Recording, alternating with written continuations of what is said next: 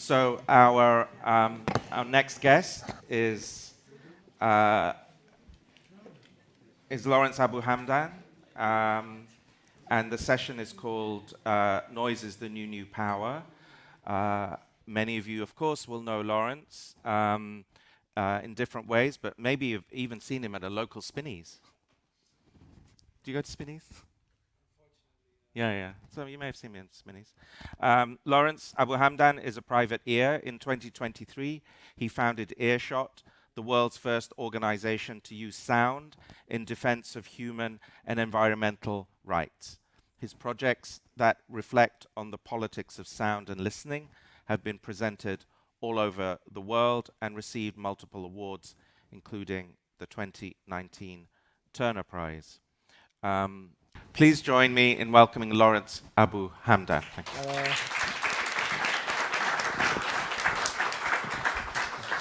Thank you so much. Thank you so much for the invitation, Shuman. It's great to be here. Thank you very much to Lucrezia and everybody who was part of also organizing this, Y7. And it's great to be with you. I'm going to speak just for 15 minutes and then we're going to have a conversation. Shuman has asked me to talk about one project in particular, which is Zizafa. But he's also kind of asked me to elaborate on the idea of noise and the way that we deal with noise. And so I run this organization, this NGO called Earshot, which does audio research for human rights and environmental activism. We do work, we do a lot of casework for journalists. We do a lot of work in the space of advocacy, and we even submit evidence expert evidence in trials. And the kind of work we're doing is really working on this idea of kind of what everybody else is calling noise or disregarding as noise, we really treat as signal. It could be as simple as we can tell a whole story from an echo of a gunshot. We do a lot of work with electromagnetic interference, for example, and we're able to use interference and noise as a way to verify if recordings are genuine or if they've been synthetically produced. We've been able to identify what other people have disregarded as noises, so a hydraulic door breacher being used to smash open an apartment. And in that way, it's also a way of learning what kind of noises are out there, what kind of new technologies are being employed in and against citizens. So we started in July 2023 with the world's first organization to use sound in defense of human rights. And we produce not-for-profit audio analysis in the service of human rights research and journalism. We collaborate with international human rights organizations, lawyers, NGOs, independent media, activists, grassroots communities, as well as academic and cultural institutions. And why is sound important in this space? It's because of two things. I mean, you can imagine that before we started Earshot, I mean, and I'd been working on this stuff on under my own name for many years. But before we started Earshot, half of an event was just mute, right? No one was paying attention to the soundtrack. And that's vital context in order to understand something. That's one reason why it's important, but also because we are looking at events that are often happening outside of the frame. We're analyzing events that are happening at the speed which is faster than frames per second, like 24 frames per second. We look at events at 48,000 samples per second rather than the meager 24 to 30 that video offers you. So sometimes events are happening outside the frame that we need to document, and sometimes they're happening even between frames.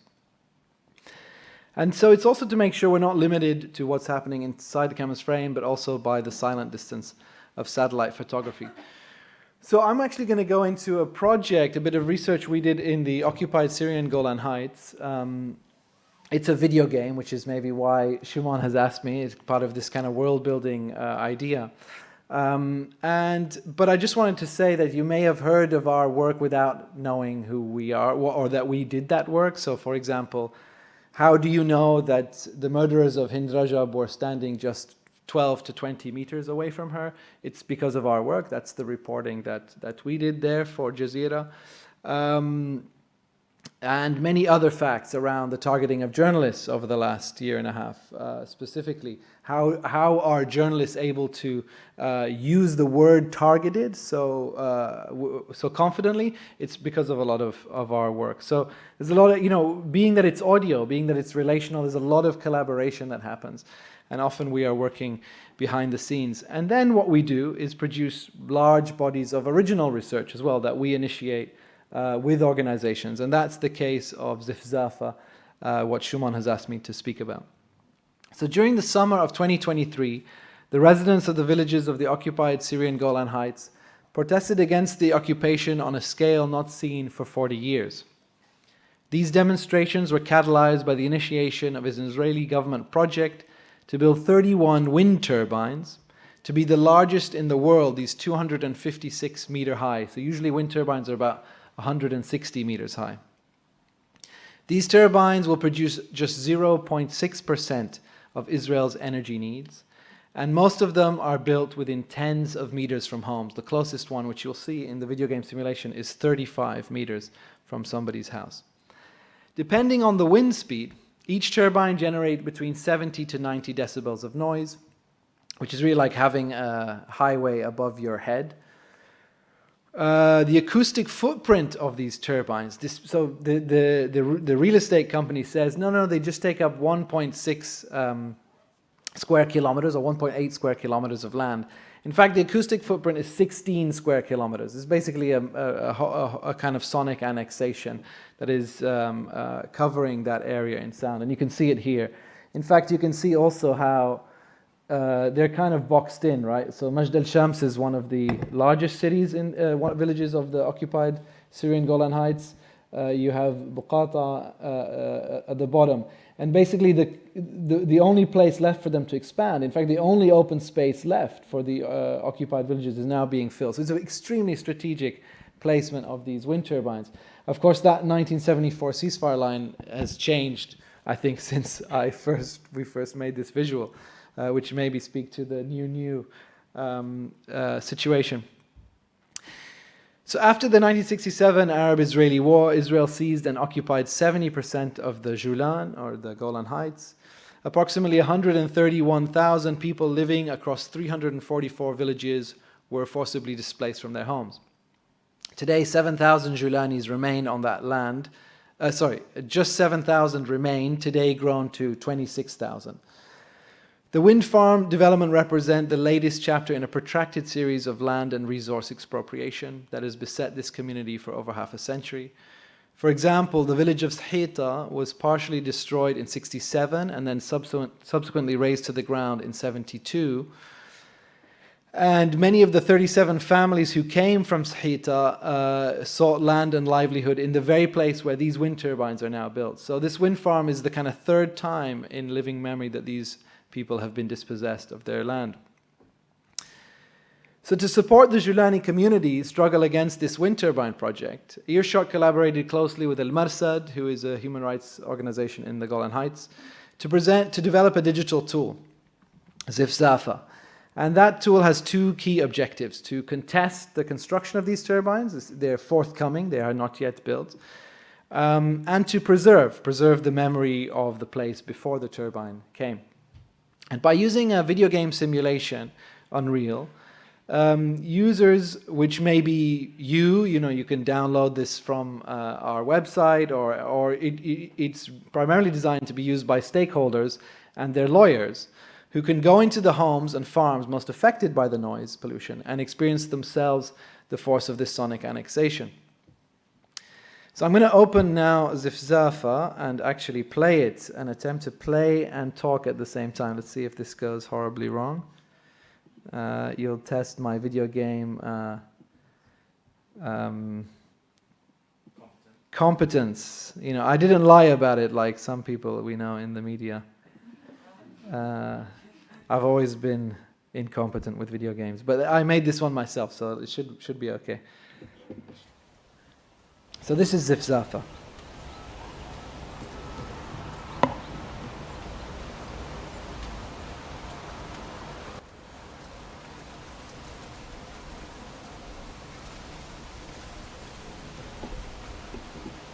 so I'm going to move now through some of the homes. I mean, this is the ambient sound in that area based on field recordings we made. You can see how close these turbines are to the houses. And we've kept the kind of visuals of this extremely simple because this is primarily an acoustically experienced video game. So though you navigate, of course, visually, and the idea is to keep the controls very accessible to anyone who knows how to use video games. It's the same controls as every other kind of first-person shooter. But in this one, it's really designed to allow you to experience what wind turbines will sound like. And this is what they're going to sound like.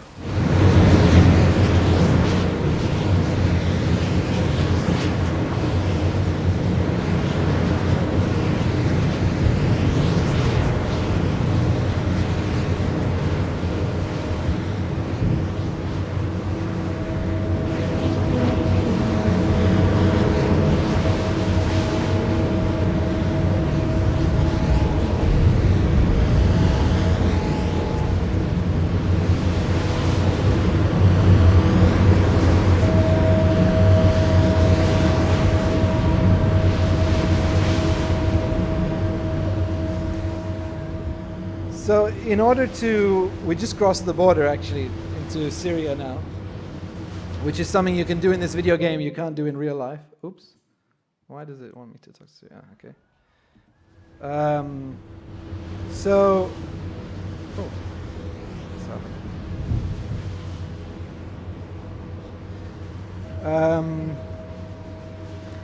In order to accurately model the propagation of this noise, we made recordings and measurements in Geildorf, Germany. It's the only accessible site where these similar 256-meter high turbines have been built. The intensity of the noise was measured across the frequency spectrum at multiple distances, and that was on a day where the wind speed was 5 knots, so the kind of corresponding to the average wind speed in the Jawlan. So our measurements show that it is the loudest thing in the environment from 0 to 400 meters away. It will be the loudest thing that you can hear. But that people in Geildorf can hear it from 5 kilometers away. But the closest resident in the Jawlan is just 35 meters away, as I said. So for now, Zizafa is the only place where you can turn on the turbines and hear what they sound like. In the future, it may be the only place where you can turn them off. I'm just going to quit because it seems to have gone a bit crazy. It's not the best demonstration of this, but you know, we're sound experts, not video game designers. But yeah, so as I said, it can be in the future the only place where you can turn them off. In this way, it's the only publicly accessible and highly accurate simulation of wind turbine noise to date. As such, while it is primarily employed to support Jawlanis, it can also be used in any context where people are confronted with similar issues, because it is open source, right? Anyone can download it. The turbines are not the only thing that can be heard in Zizafa. We worked with Jawlani musician and sound artist Bushakan Abu Saleh, who made over 40 field recordings in which we've geolocated and embedded in the digital terrain. In this way, the video game serves as an archive of the vibrant sonic life of the Jawlani community. From songs and instruments to wildlife and weddings, we created a digital site where the sonic memories of the Jawlan can be preserved before they're rendered inaudible.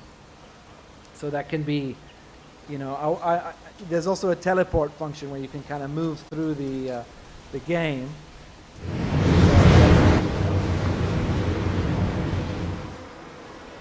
Some bees here.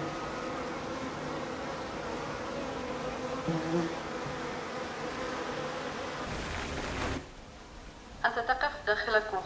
We also put these يمكن أن يكون الكوخ بيتاً بأدوات فلاحة الأرض. megaphones everywhere in the landscape, which kind of tell the story of the area. And the megaphone is, of course, a very important symbol of Jawlani resistance, and was, you know, very much part of their story to continue to speak to their families across the other side of the border. Here is a recording of a wedding invitation. When someone gets married in the Jawlan, a truck drives around, and anyone who can hear that, anyone who's within earshot of the wedding is invited.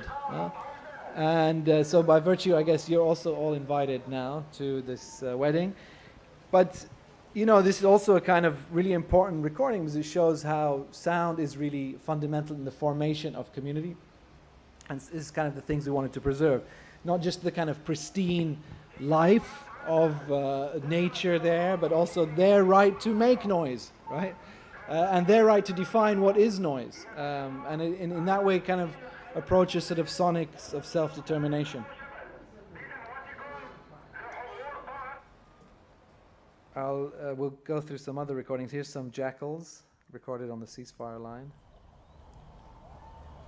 We didn't know which side of the border they're actually coming from.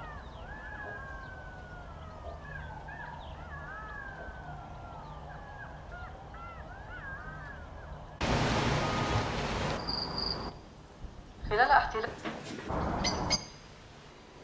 عمره شيء 7 سنين في وادي عندي 20 سنة. This is Ibrahim Zain, حمرة نحس. who is he's a shepherd and flautist. And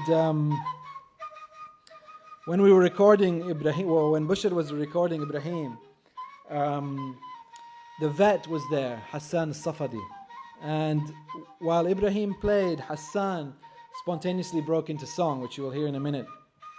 And part of the song is about the Sea of Damour in Lebanon. He says, "Oh, the Sea of Damour, which excites Akka, Saida Usur." Of course, Akka, Palestine, Saida Usur in Lebanon, right? So today an intransgressible border, of course, separates Damour from Akka. But in this song, these towns are not only connected, the lyrics suggest a constant flow back and forth. Damour, Akka, Saida Usur, evoking the lapping waves that seamlessly wash over ceasefire lines. Oops. It goes into autoplay if I don't press anything. Forgot about that. So that song has kind of survived over 100 years of division and dispossession. You know, it's sung in the Golan Heights, which is also cut off from the Sea of Damour. Many of those people are related by family to people living close on that side of the border. And it seems to have survived these 100 years of division and dispossession, with, of course, Akka being the very beginning of the Sykes-Picot line, right? And one of our biggest kind of challenges in presenting this game as evidence is that the law is really configured only to understand the health of the cochlear health, hearing damage at an individual level. It doesn't really ever understand the damage that can happen between subjects, right? And this is really always our problem when dealing with the law. It's a non-relational medium. It's very kind of atomized, individual. And while true that this noise of the turbines, though incredibly loud and disturbing, does not split eardrums, it cannot harm you. It will definitively split the community from within and the people from their land. How much time do I have, Shuman? You've got 3 minutes. Okay. Let's see what I can do with 3 minutes. Well, I can go to my favorite, actually, of all the recordings in this simulation. Maybe we go there. Which is an unexpected one. I just have to find where yeah. Just gonna...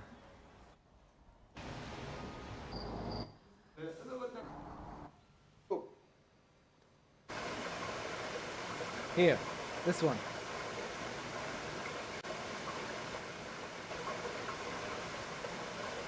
When we started the project, I asked our Jawlani collaborator Bushr what the first thing he wanted to record was. And he thought about it, he looked down and he said, water pumps.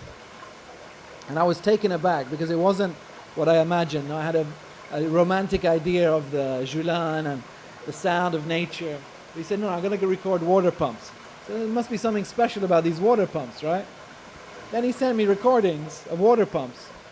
And they just sound like water pumps. And I would skip ahead and nothing happened in the recording. Just the same monotonous sound.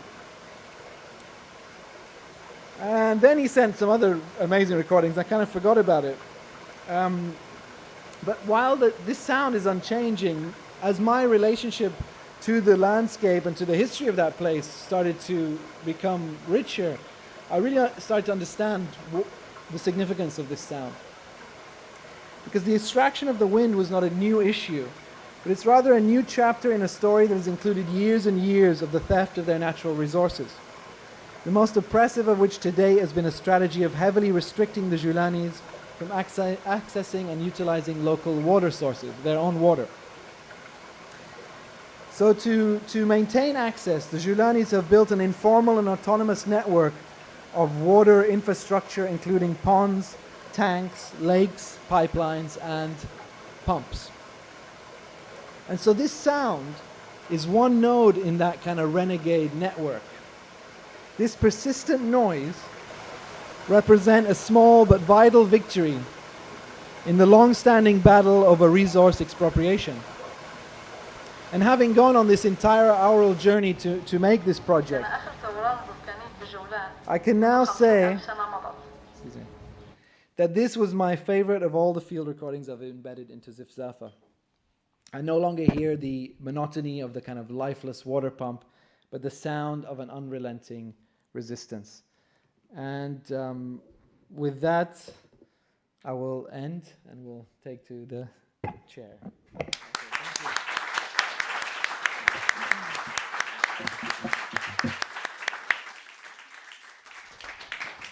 Thank you, Lawrence. I'm next to you, Shuman. I feel it's Huddle weird. up.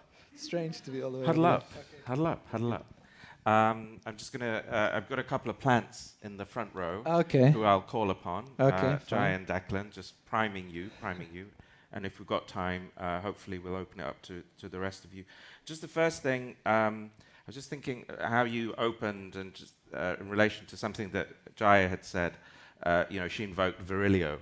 Right. And the politics of speed, dramology as he called it, and of course accelerationism, and in a way how quaint Virilio's accelerationism seems today. And then you said something which I thought was very interesting in relation to the speed of sound, in relation to the speed of capture of an image or video. So, film used to be 24 frames a second when it was still celluloid, and then generally speaking, I think on video, on a digital camera, it's maybe 30 frames a second. Sound, how fast is sound in relation to that kind of calculation? I mean, it's not faster. It's just that it has so many more samples per second. So there's commonly 48,000 samples per second, or 44 if you go on the CD era. So sometimes phones are recording at 44, sometimes at 48, and that's the kind of material we're used to analyzing. And that means that we're seeing things that are happening between frames. Right. And then sometimes the other interesting thing is a question of synchronization, because we sometimes, we work with an organization who say, oh, we've done all the groundwork for you, we've synced all the videos of this event, and what they've done is use the sound to sync it, right? But that actually messes our whole set of analyses up, because we need to understand, most importantly, the speed of sound arrival at each different camera. That really what help us to triangulate positions. So actually we then usually unsync everything, because sound is always used as a sync point, and in fact it's not true in a context like Gaza or an incident or an explosion that happens. Those sounds are arriving at sources at different times, right? We're really working in milliseconds. It's beyond the acoustic perception. And just on that, because I remember, obviously, I, like yourself, studied with Eyal Weizmann, and but in my case, and I think both of our case actually, a sort of proto-forensic architecture, the sort of early days. But one of the things that I think Eyal would often talk about was, especially regarding instances of human rights abuses or kind of war crimes, was the notion of an event, and the fact that in order to sort of understand the legality or the illegality of an event, what one needs to do, and then I guess that then fed into the title of forensic architecture, is to somehow reconstruct or somehow retroactively everything that sort of led up to this decisive moment, no? And often, I guess, maybe this is, I'm not a legal scholar, but it seems to me a lot of kind of law would come down to whether or not something happened in a particular way at a particular moment, no? So it's a sort of intersection of space and time, and I guess intentionality and kind of and sort of like action and outcome. And it's interesting that you say that the sort of resolution perhaps is a better word than speed regarding sound. If with an image or a video, even in a second, if you've just got 30 frames, maybe that moment, the decisive moment, as it were, is not caught, right? But you've got in a second of sound, you've got 48,000 of these. It might even be that it's caught, but you don't actually know when it happened within a 40 millisecond. Yeah. If you're talking 30 frames per second, you don't know in which time in that 40 milliseconds it happened. Yeah. So the sound tells you, The sound tells you something. But in regard to what you say about the reconstruction of an event, or what's interesting about Zizafa is that it's actually it's in the future. So we assume that it's happening. Everybody there is assuming that this is inevitable because construction already began. It's only halted because of the war in Gaza, or genocide in Gaza. But in fact, it was the first case where we're actually speculating into a future scenario where something would happen and trying to stop a future event. Based, of course, on responses and resistance on the ground and that. But what's also interesting is that's what pushed us to make the kind of video game thing, is that it was a space in which you could simulate, right, a world rather than kind of reconstruct an existing one. Just on this question of sound, and Jai, I'm going to bring it to you. Use this word sonic annexation at the beginning. Sorry, it's a phrase, sonic annexation. I sort of suggested when we spoke to Jaya that technology doesn't mean technology anymore. It's the latest instantiation or synonym for power itself, right? So, and I wanted to ask you whether noise is now a sort of synonym for power. And by noise here, I don't mean just the oral noise. There are all these other ways in which we talk about noise now.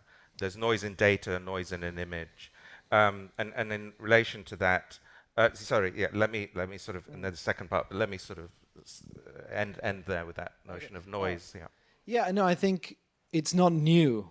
I think noise is like a really old and very effective sort of way that power is enacted. Specifically, the definition of some people or thing as noise. And in fact, what we could produce a diagram which say something like that the people who get to define what is noise are the people in power, no?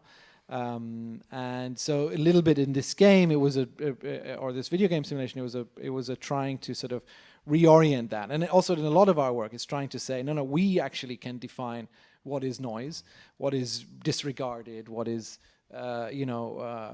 amongst the signal that is being overlooked, or what is literally, I mean, in this context, noise. So, for example, even my own awakening into the water pump, right? What I thought was noise, in fact, ended up in something else. So this kind of way, this constant sort of feedback between sort of signal and noise, I think, is a really important way in which to resist, and also in which power is performed.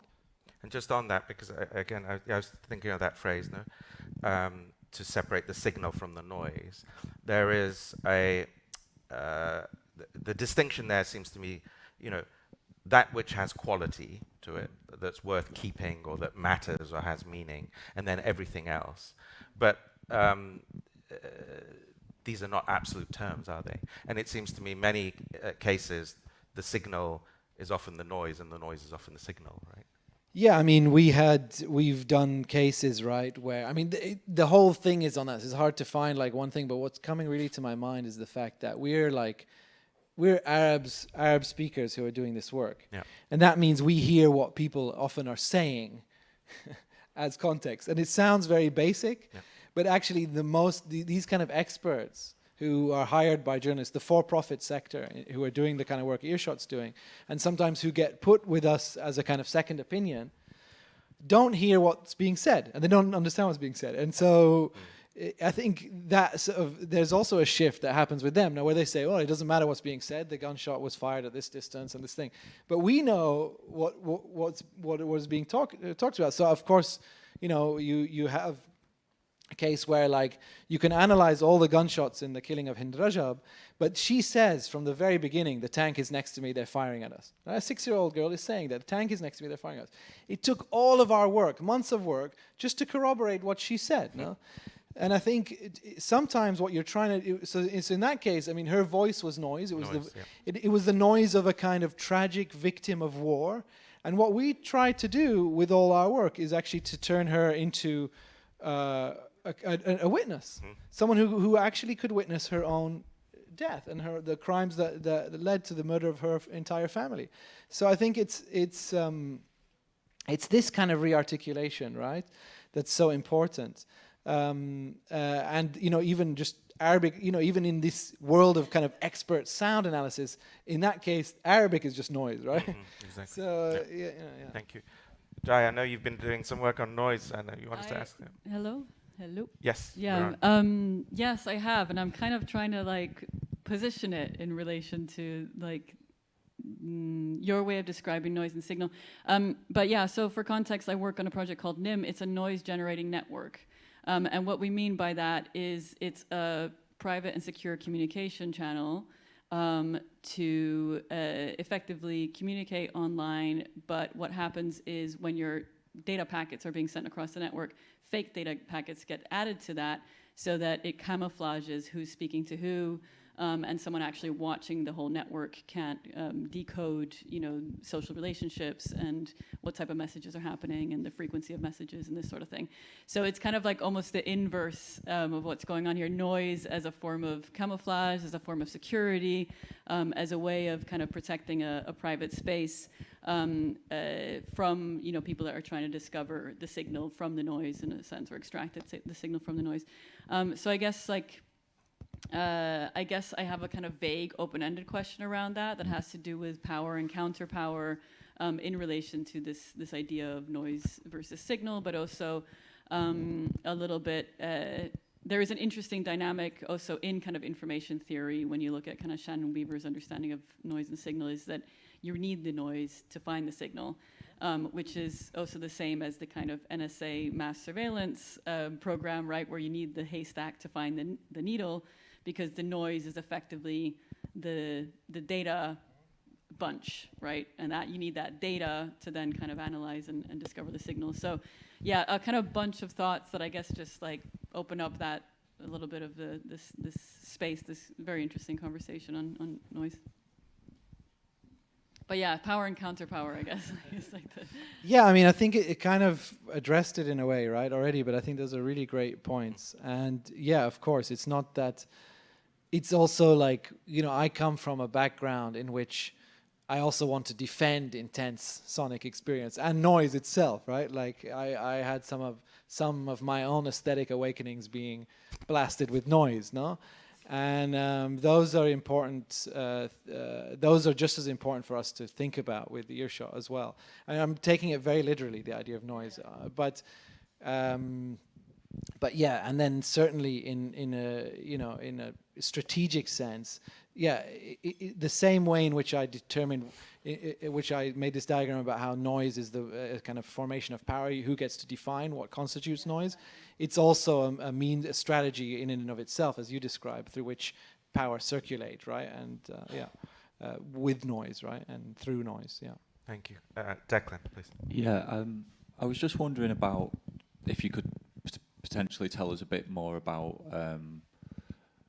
the work Earshot do, and particularly in relationship to maybe the tools or techniques that you use, and whether there are any emergent technologies or techniques that Earshot use or that could use in the future that might have affordances for what you do. Perhaps that could be kind of frame interpolation, or what the audio equivalent of that, filling in the gaps between between samples. And the context for that as well is, you know, what's your relationship like to tech R&D? Because surely, you know, Earshot will be on the lookout for new techniques, but a lot of these techniques will be tools or applications will be nested within a military industrial complex that is, you know, perpetrating these same things. You know, always since the beginning, there's this sort of contentious relationship to the technologies that the state are using, because like I said, what we are doing is this kind of not-for-profit work. There is people doing for-profit work that looks very similar, but their bread and butter and all of their skills are based on state media, right? So that would be CCTV, body cams, police radios, wiretaps, right? And that produce a whole different set of analytical processes, a whole set of different technologies that one would use. Whereas ours is really basically mobile phone videos and WhatsApp voice notes. I mean, really, like, it's as simple as this. Mostly, I mean, sometimes, of course, we get higher res stuff from journalists if they're filming in cameras, but mostly that's what we get. So then it's a wholly different kind of techniques that are involved. And that's also why we're better at it than those people, because we spend all of our time with this kind of low res stuff, and we know what you can and cannot do with it more easily. And we never had the privilege of working with time-stamped CCTV, right, or something like that. So yeah, I mean, that's so in one sense, we've always been then using other tools and making other tools, and we've always existed somehow in parallel to the kind of military-industrial complex. And we talked about this the other day. I'm not sure that there's too much overlap even, because of the relation of what we're analyzing. Now, yeah, we use a lot of, and we're building a lot of our own tech to do the work that is just not out there. We make our own Grasshopper plugins. We make our own, those are, you know, what's interesting about the work we do is that we need to produce tools to visualize sound, both to kind of disseminate that information, often in the news or social media, but also to analyze it itself. And we're looking at things that happen really fast, so it's really a lot of visual work. So again, the kind of tools by which we disseminate our work and we use internally are also like the one and the same in a way. If we can see it, then we can make you see it.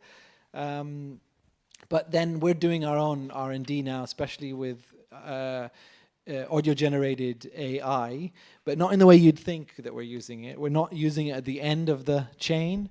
We're using it at the very beginning, actually, as a way to interview witnesses and actually have them prompt their memories in terms of what sounds they remember hearing at a given event. So kind of ear witness AI. That's one of the big things that we're trying to push now, because AI audio generation is really bad still. It's kind of like where you were at, like at the beginning of your work, right, with images. It's still there. So, you know, yeah. Like dog bark. No, it's like kind of like that. Woof woof. Yeah, woof woof. Woof woof. We've got a couple of minutes. Question for Lawrence, Susan.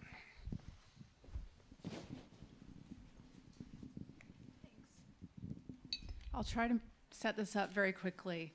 As someone who is a little bit older and often has difficulty because the noise drowns out the signal, because all I can hear is background conversation, not the person who's speaking directly to me. And I know a lot of neurodiverse people also have issues with this type of thing. When you talk about hiding the signal in the noise, is there a converse to that where there's an effort to sort of dampen the noise to make the signal more clear for those who might have some challenges grasping what packets they need to pull out of what's coming into their cognitive space?